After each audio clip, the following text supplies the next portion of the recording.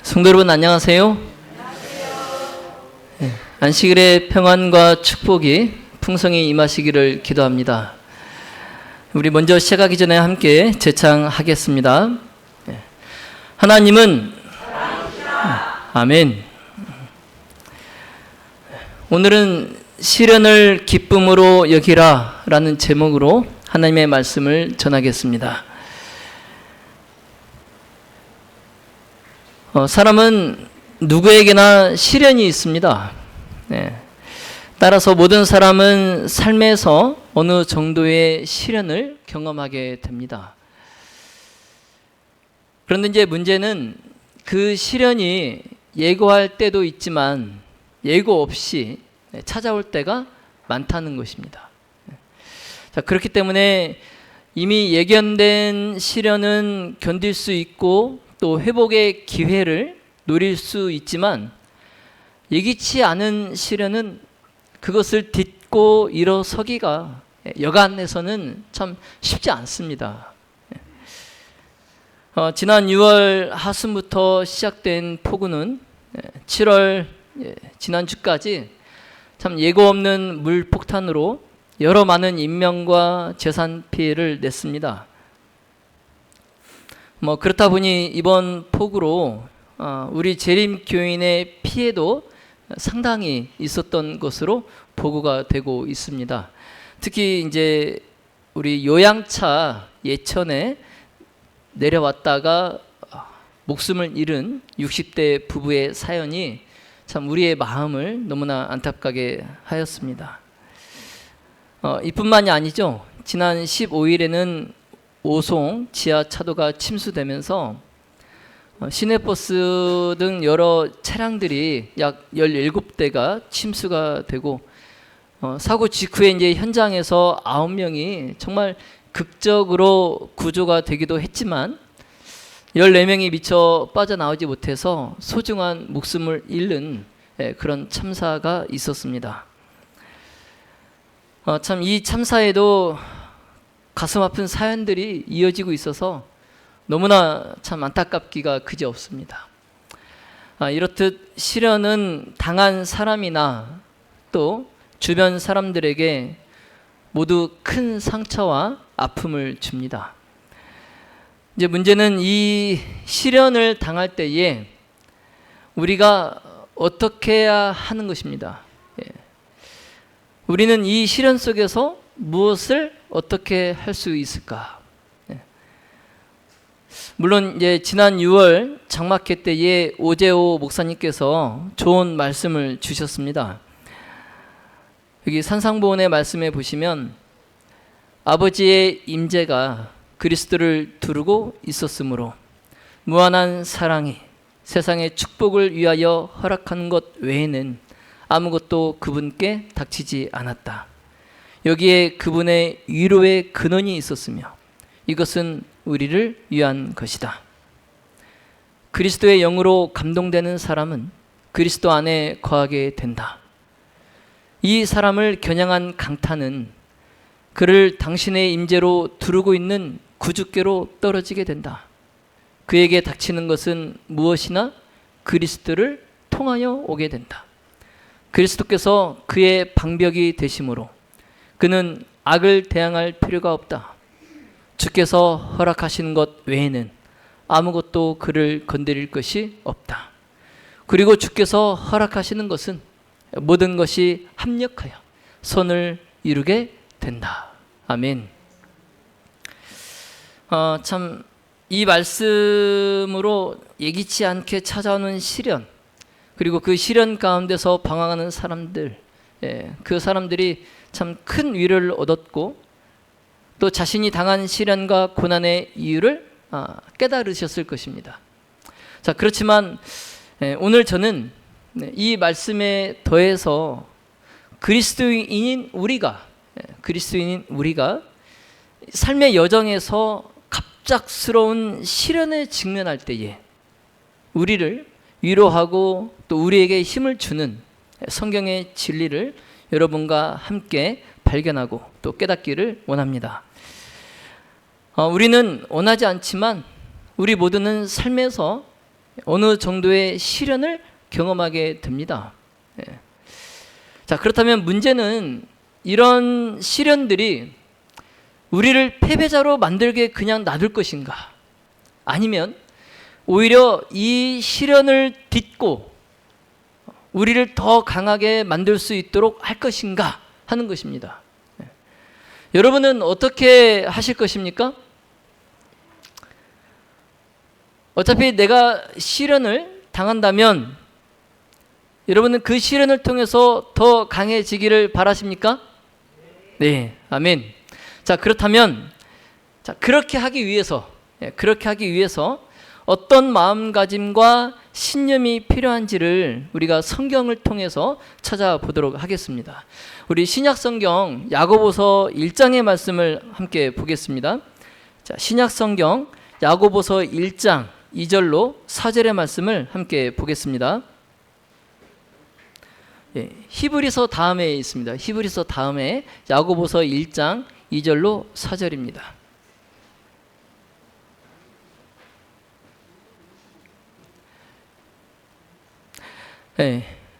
야고보가 우리에게 이 야고보서를 통해서 10가지 교훈을 주고 있어요. 그래서 오늘은 그 첫 번째 시간으로 야고보가 우리에게 주는 첫 번째 교훈을 우리가 함께 살펴보도록 하겠습니다. 자, 야고보서 1장 2절로 4절입니다. 내 형제들아, 너희가 여러 가지 시험을 만나거든 온전히 기쁘게 여기라. 이는 너희 믿음의 시련이 인내를 만들어 내는 줄 너희가 알미라. 인내를 온전히 이루라. 이는 너희로 온전하고 구비하여 조금도 부족함이 없게 하려 함이라. 아멘.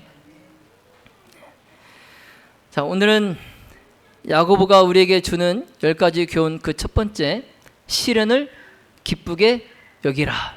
시련을 기쁘게 여기라.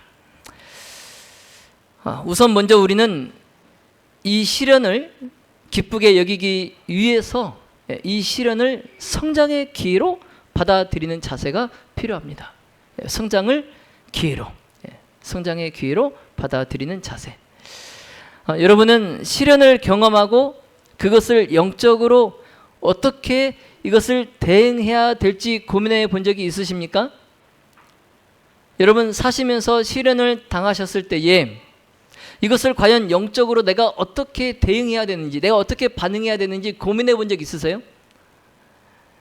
자, 성경은 하나님의 자녀들의 삶에서 겪는 이러한 시련에 대해서 참 많은 말씀을 하고 있습니다. 그 중에 오늘 본문인 야고보서 1장 2절로 4절은 그리스도인의 삶에서 시련의 목적, 그리고 그 시련에 대한 우리의 반응, 이것이 어떠해야 하는지를 잘 설명해 주고 있습니다. 우리 모두는 어제, 그리고 오늘, 그리고 내일 계속해서 시련을 겪을 것입니다. 그래서 내가 어제 시련을 겪지 않았다면 오늘 내가 시련을 겪을 것이고, 오늘도 내가 시련을 겪지 않았다면 아마 내일 또 모레 아마 시련을 겪게 될 것입니다. 그런데 야고보는 우리가 그 시련에 직면할 때에 그것을 모두 무엇으로 여겨야 한다라고 말씀합니까? 그 시련을 무엇으로 여기라? 기쁨. 기쁨으로 여기라. 자, 그렇지만 여러분, 행복과 기쁨이 고통과 슬픔으로 뒤바뀔 때 이 시련을 기쁨으로 여기라는 이 야고보의 이 말씀은 우리 생각에는 불가능한 것처럼 보입니다. 그렇죠? 네? 자, 행복과 기쁨. 내가 어제만 해도 행복과 기쁨이 넘쳤는데 오늘 갑자기 내가 예기치 않은 시련을 통해서 그것이 고통과 슬픔으로 뒤바뀌었단 말이에요. 그럼 이것을 내가 기쁨으로 여길 수 있냐라는 거죠, 여러분.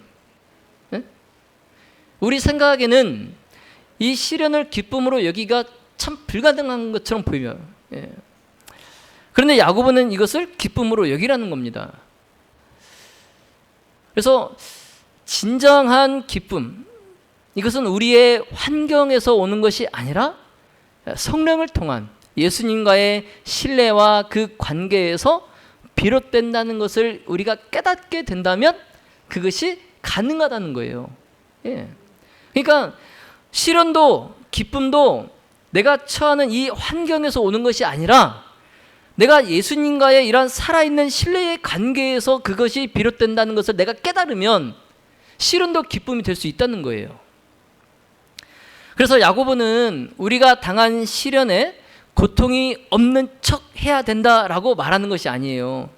내가 시련을 당했을 때에 내가 그리스도인이니까 내가 그리스도의 품위를 지키기 위해서 비록 시련을 당했지만 내가 난 기쁩니다. 나 감사합니다. 하나님께서 나에게 이렇게 시련을 주신 것은 내가 믿음 안에서 더 성장하도록 주신 것이기 때문에 난 감사합니다. 이렇게 그냥 내가 속으로는 정말 썩어 문드러지고 있는데도 겉으로 그냥 내가 괜찮은 척 하라는 것이 아니에요. 그게 아니라 우리가 처한 상황에서 인내심을 실천하고 그 시련에서 긍정적인 면을 찾아야 된다라고 말씀하고 있는 거예요. 예.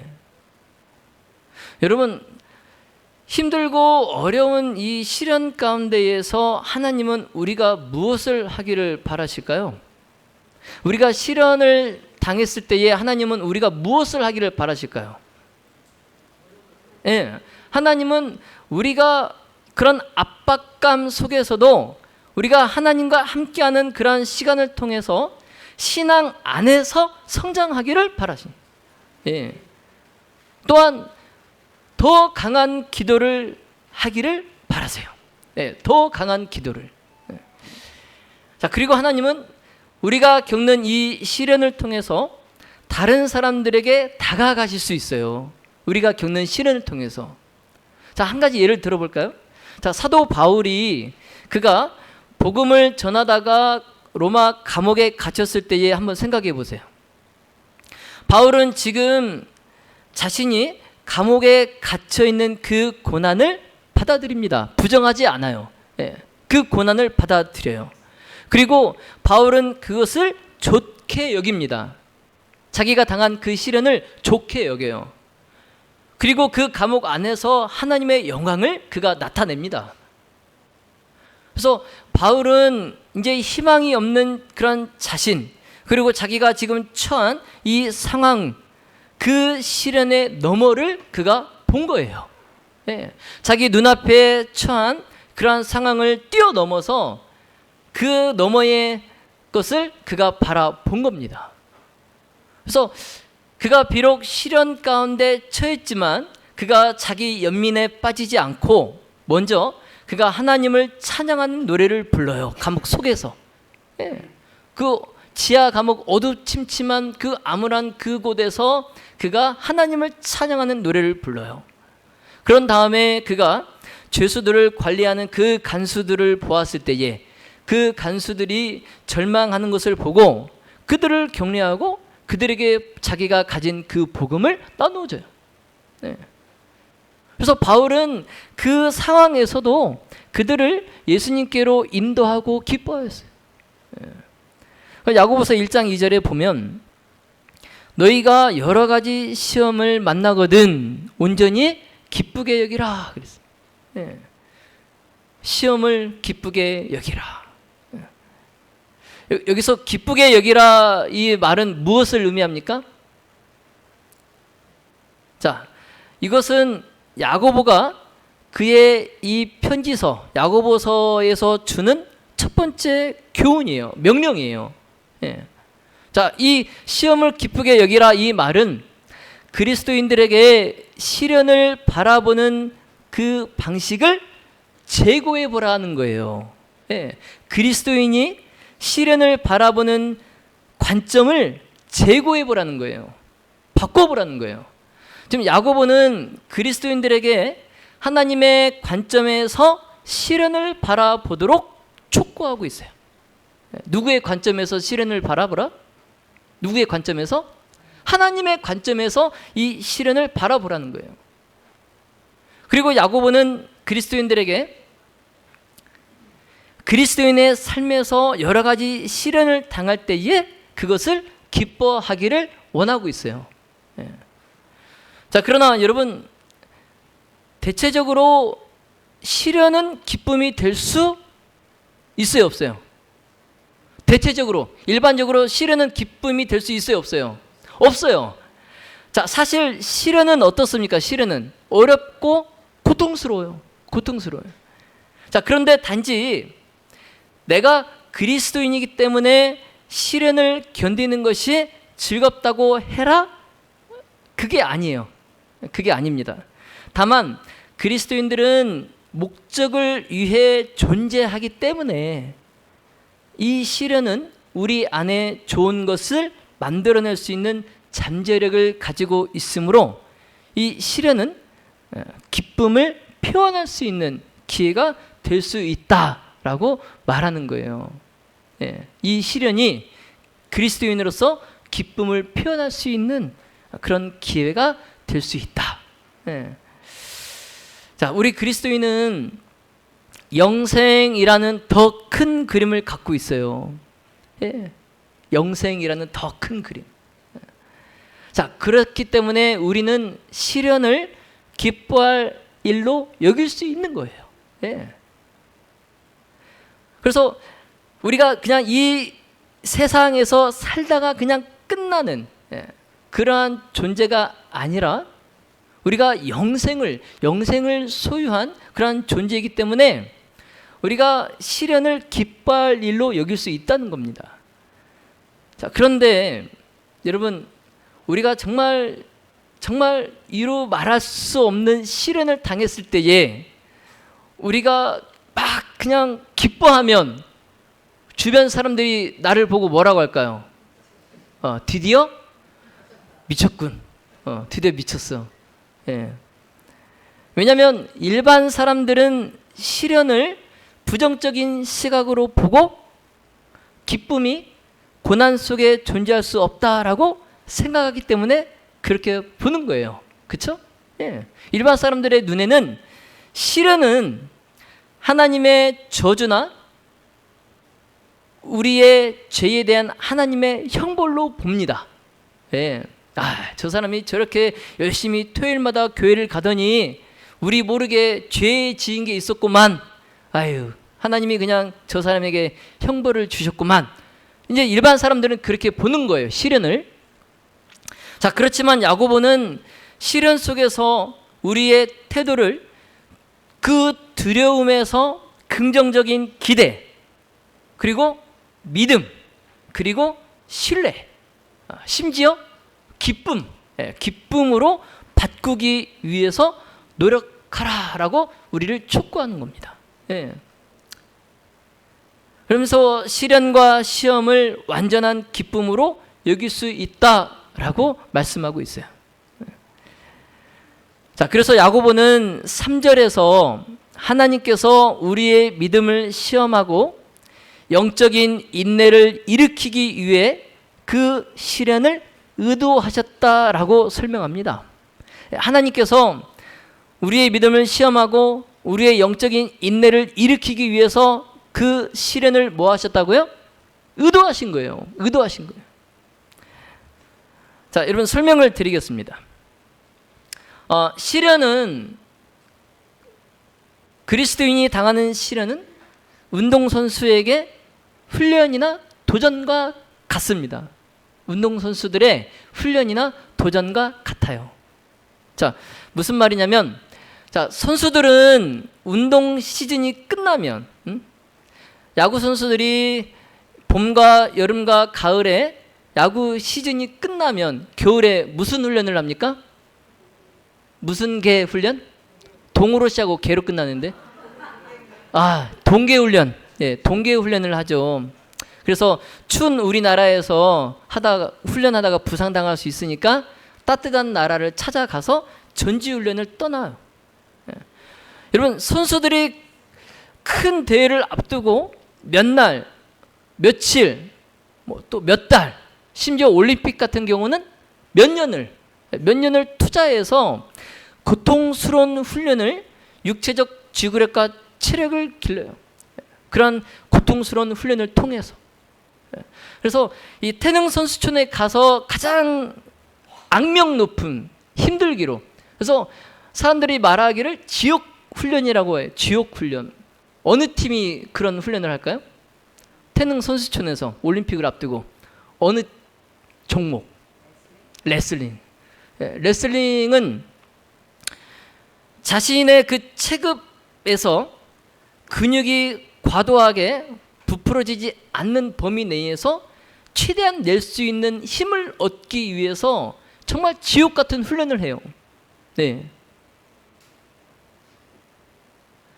그래서 그냥 기어서 나온대요. 이 선수촌에서 두 발로 걸어서 들어갔다가 나올 때는 기어서 나온대요. 선수들도. 그래서 이 레슬링 선수가 한 말이 있어요.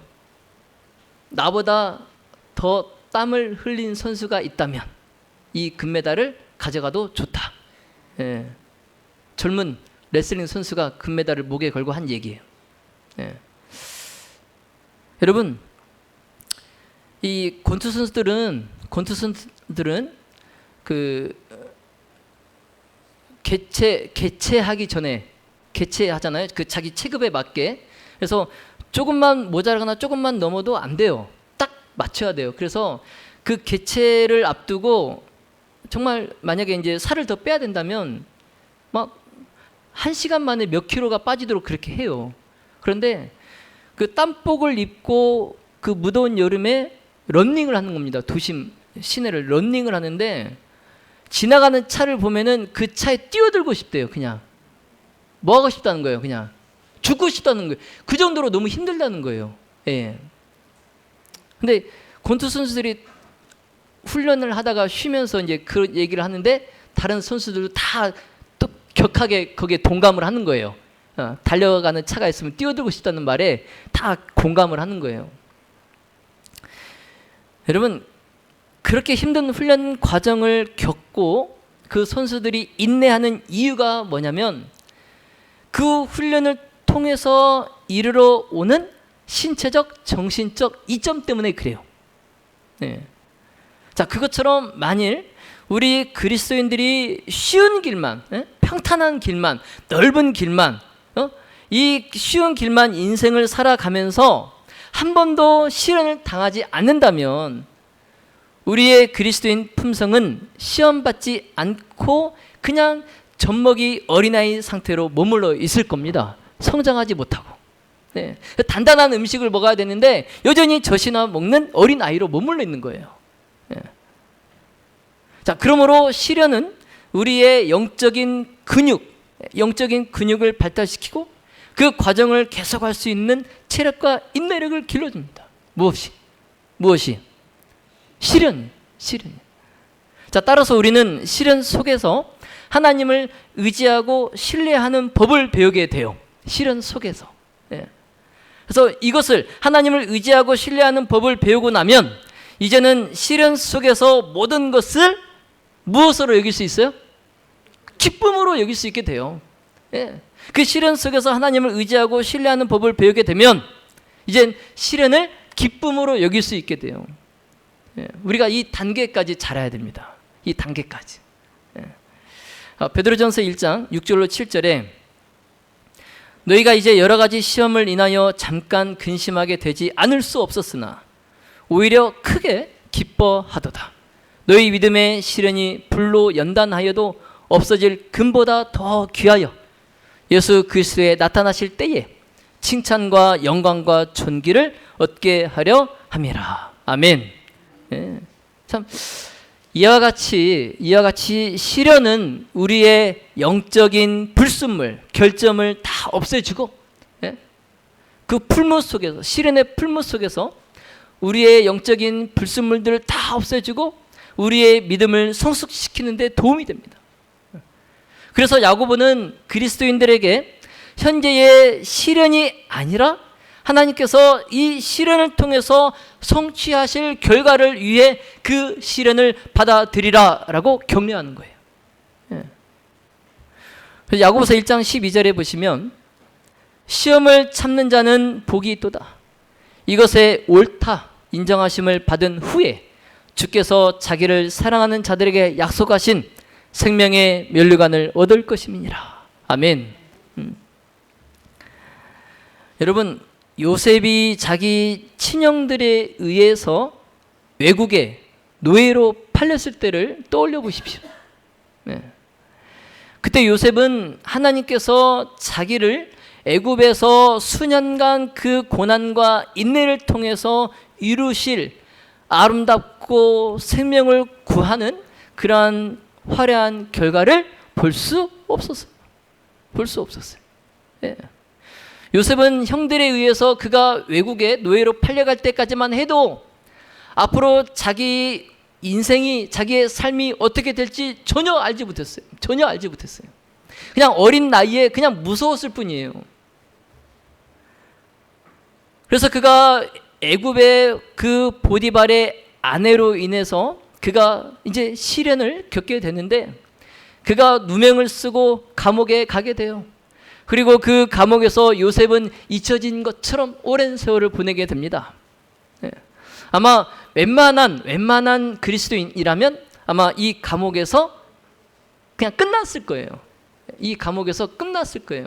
지금 본토 아버지의 집을 떠나서 한 번도 가보지 못한 외국에 노예로 팔려왔죠. 그런데 거기서 또 다시 누명을 쓰고 정말 험악한 죄인의 탈을 쓰고 어두침침한 감옥에 지금 갇혔어요. 그러면 그걸로 끝이, 더 이상 희망은 없어요. 자, 그런데 결국 하나님의 계획은 결실을 맺어요. 요셉은 애굽에서 두 번째로 강력한, 왕 다음으로 강력한 총리가 됩니다. 그리고 많은 시련과 시험을 통해서 요셉은 하나님을 신뢰하는 법을 배워요. 그리고 요셉은 그의 가족과 더 나아가 이스라엘 민족을 굶주림에서 구했을 뿐만 아니라 애굽 전체를 그가 구하게 됩니다. 그래서 요셉의 신앙은 그가 시련을 통해서 시험을 받았어요.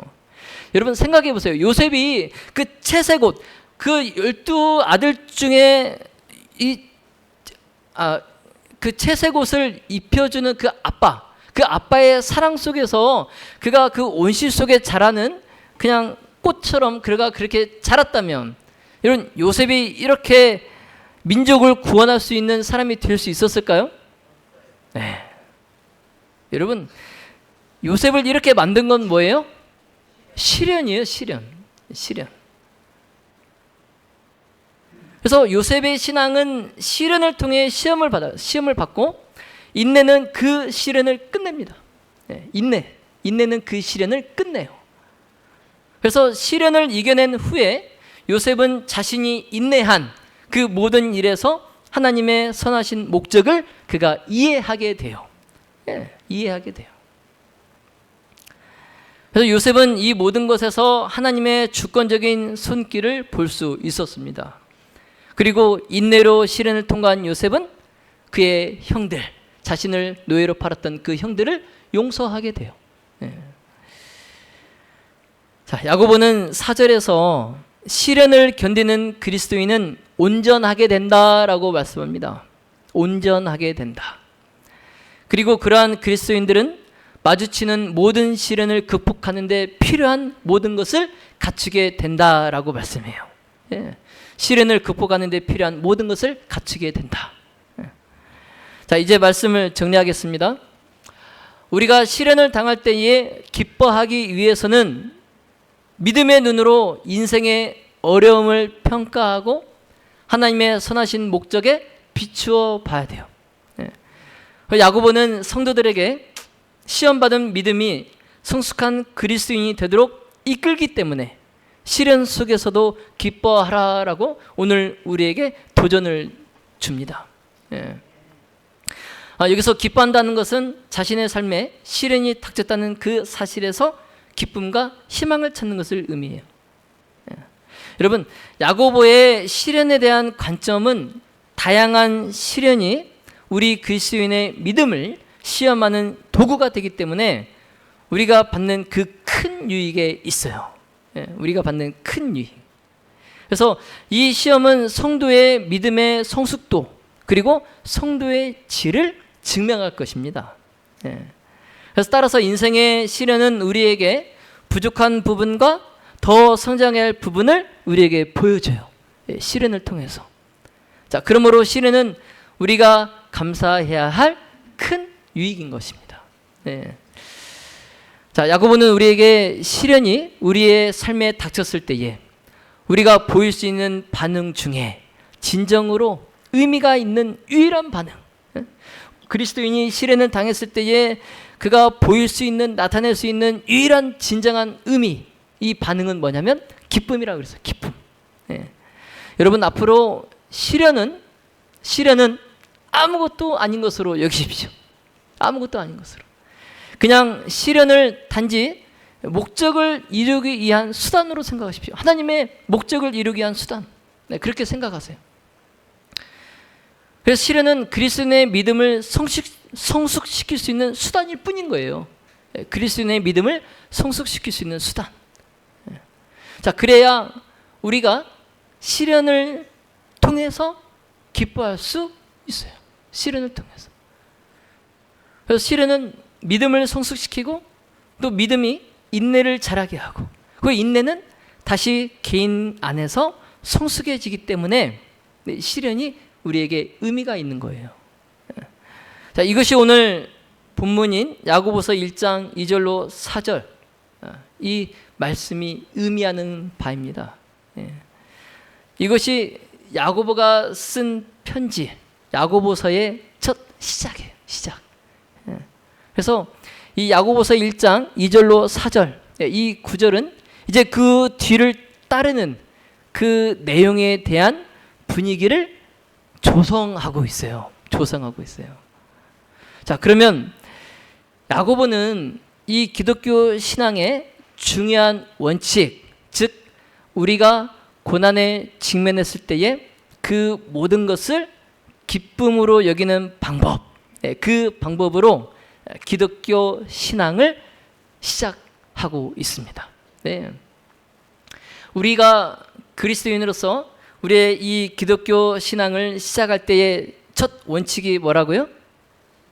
고난에 직면했을 때, 시련에 처했을 때에 그것을 기쁨으로 여기는 방법을 우리가 깨달아야 돼요.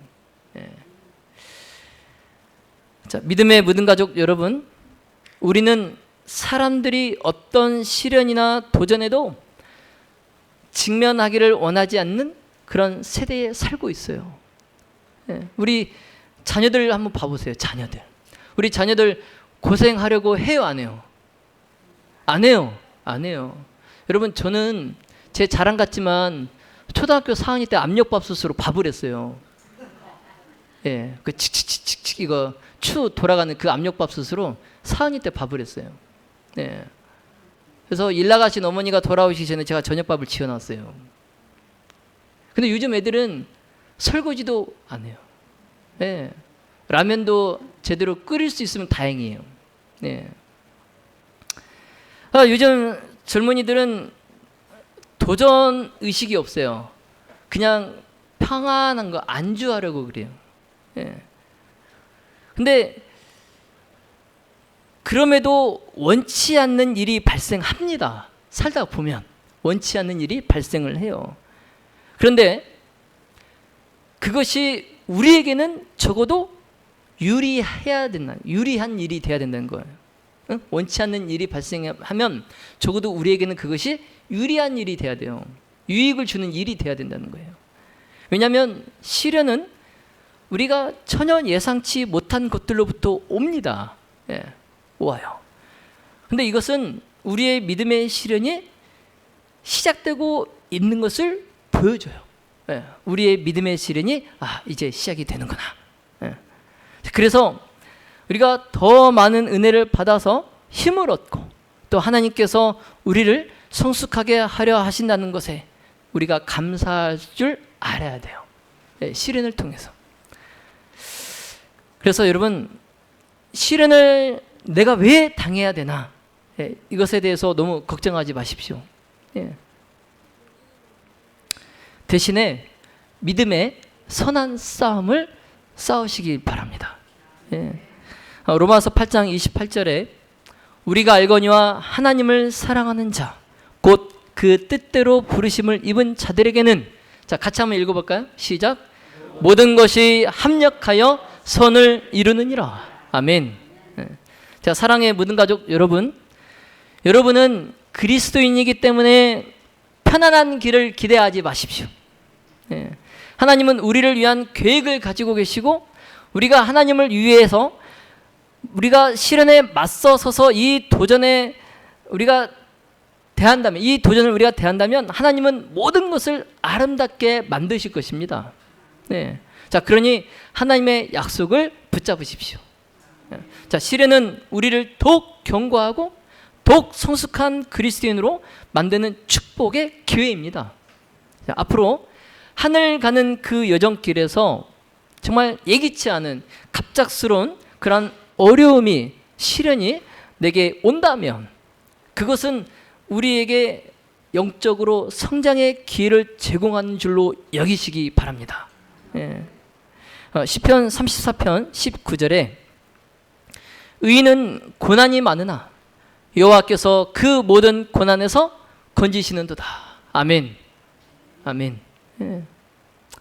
의인은 고난이 많으나 여호와께서 그 모든 고난에서 건지시는도다. 여러분, 시련에 처했을 때에 우리는 자주 하나님께 기도하고 또 성경으로 하나님의 말씀을 찾아야 됩니다.